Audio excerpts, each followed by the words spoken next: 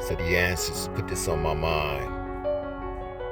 I was originally looking up something else on some research, and then this turned over and a revelation was revealed to me. Mawu-Lisa. Don't that name sound familiar?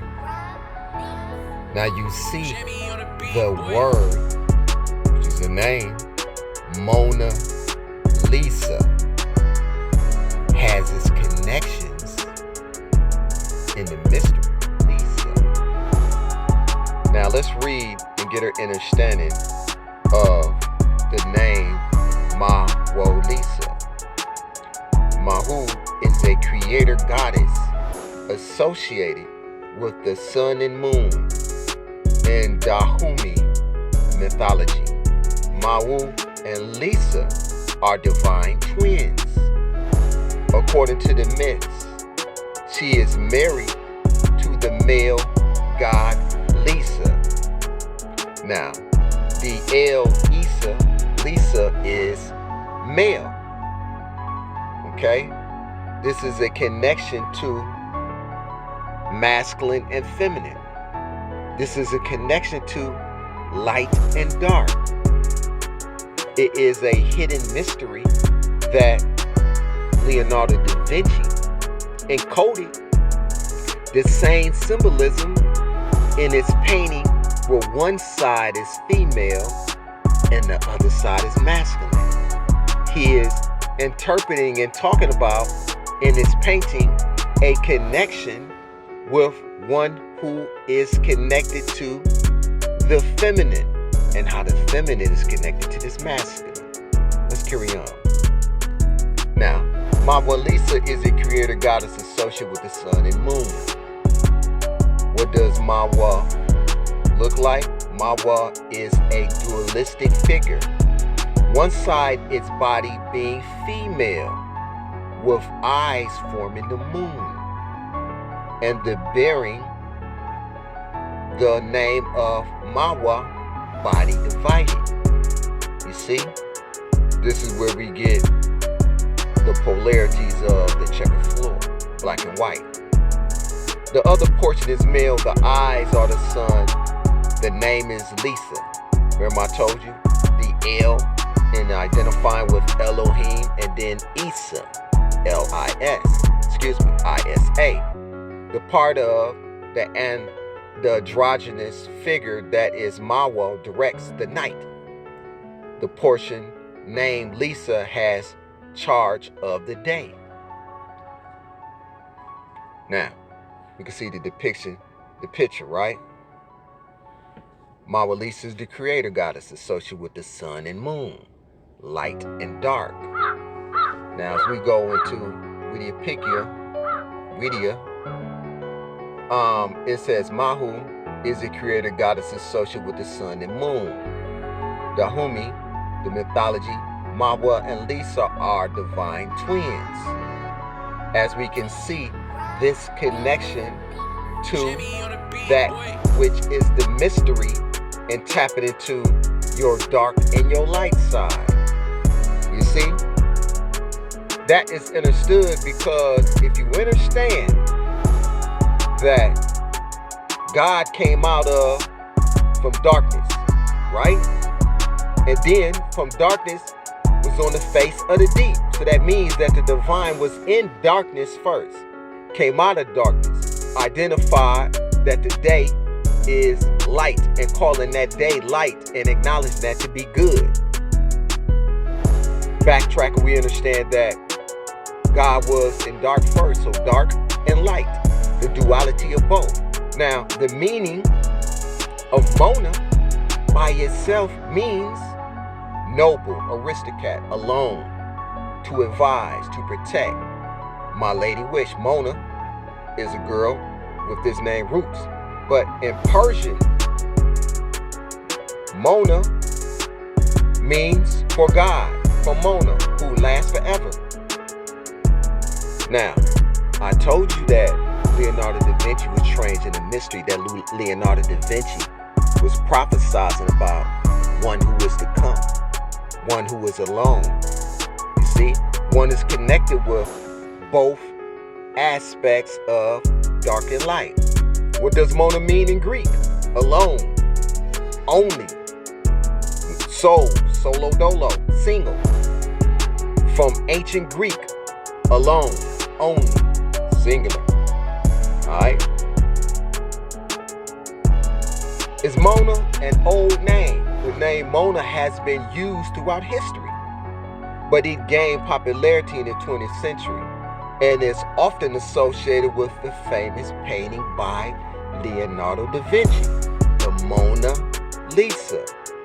Mona also finds notable mentions in modern pop culture. I'm giving you a historical account so you can understand that Leonardo da Vinci been trained in the mystery and understood our science. Remember, he was in a cave. They say that Leonardo da Vinci was in a cave, that once he was educated, enlightened, that his paintings and inventions miraculously enhanced immensely. Now, what does Mona mean in African? Mona has two origins, in Italian and in Greek. It is a feminine form of Moni, which is a short form of Simone. The Italian form of Simone. In Arabic countries, it is derived from the given name Muna, and in Africa means the Lord is with me. Unreachable wishes or desires. What does Lisa mean in Yoruba? Lisa is an analogy for the Yoruba Orisha. Alright? Obatala described as the twin brother, husband or son of Mawu. This pair contemporary is not all that unusual in West Africa. This is important. This is how important it is that even in ancient times, where the synagogue started its first three letters in S-I-N, where the ancient synagogues of old changed here in the West to S-Y-N, when the original wording is S-I-N. Now, S-I-N, many understand that your research is moon worship, right? Let's go back to what that word means. It's important because you have to understand the importance of light and dark, how certain religions believe at a set time in prayer. This is why you see a lot of flags and a lot of astrological cosmos is attributed to their flags. Remember, God said, "Thou shalt not have any other gods before me." No worship of any gods in the heavens or below. So let's go back once. Okay? So I want to show you something. You see? Then why is it that we have engraven images and flags, stars and moons? Because, as it is stated, if you research, the name Elohim is identified with gods in plural, not just one God. You know, if you listen to Jordan Maxwell, he'll break a lot of that down for you. And a lot of you do your research, you understand that Elohim is not identified with just one, but Elohim means gods. Let's create man in our image and our likeness. The big issue with Elohim states in Hebrew, in the beginning, he created Elohim, the heavens. At the bottom, the two solutions. It is a bad grammar, but deliberately. It is a bad grammar, but deliberately so, by inspiration to convey, meaning specific to the one true God. It is valid Hebrew form which conveys meaning, but not unique use of the one true God. So it was acknowledged that a Hebrew Elohim means more than just one God. It didn't say female. it said, let us create man in our image and our likeness. So that goes to show you that it's talking about genetic engineering. That these so-called men-like beings, Homo sapiens, was genetically engineered, given the God's DNA, and let's create them in our image and in our likeness. And that's when they genetically change. So let's see. Up top, you see the word synagogue. This is an old synagogue. And the wording in the first three letters is sin. You see it? S-I-N, S-I-N, synagogue. Because it's dealing with the moon worship. Okay? And when you say the word Yahweh, that's dealing with one divine source. You see? So the names has been changed to identify with the agreement that was made. That's why it's stated in the Ten Commandments, thou shalt not have any other gods before me, besides me. You get what I'm saying? That when you make this covenant with me, I will be your God and your protector. You can't have any other gods beside me. It didn't say that it wasn't any other gods. It's just saying that to identify, thou shalt not have any other gods beside me. Let's go back.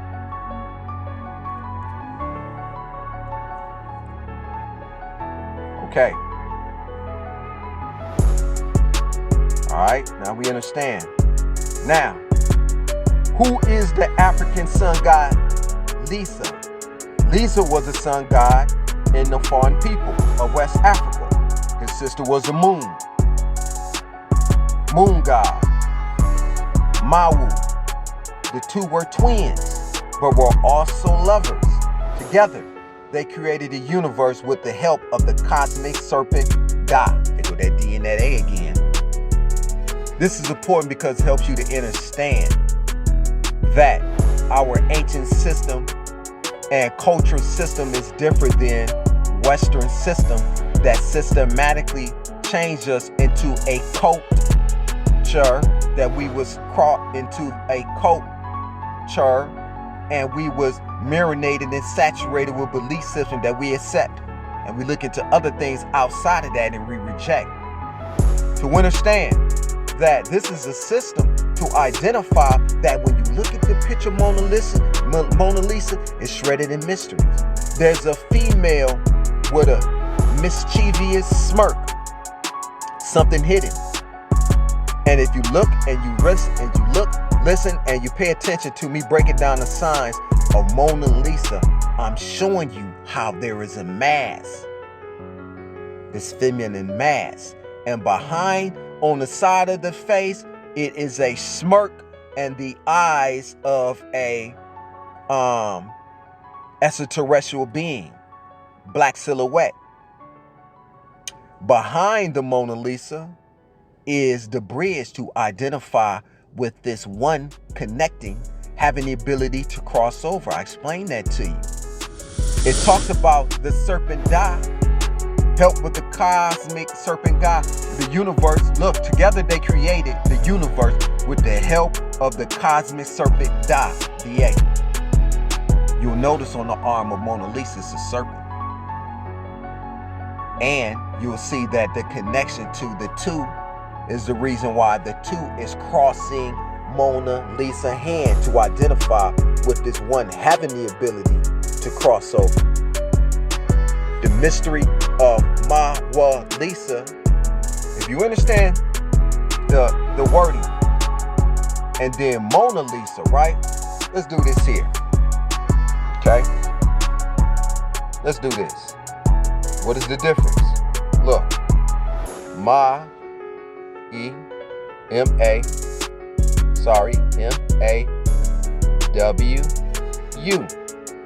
What is Mona? What is the difference between them two? Mona. M-O-N-A.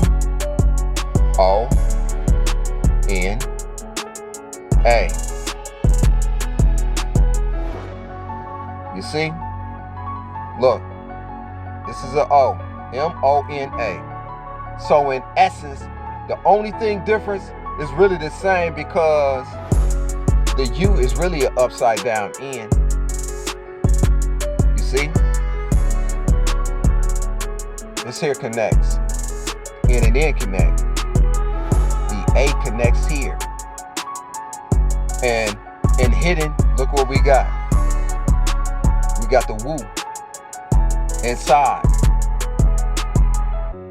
Because when you understand the breakdown of how it's pronounced, it's going to show you Ma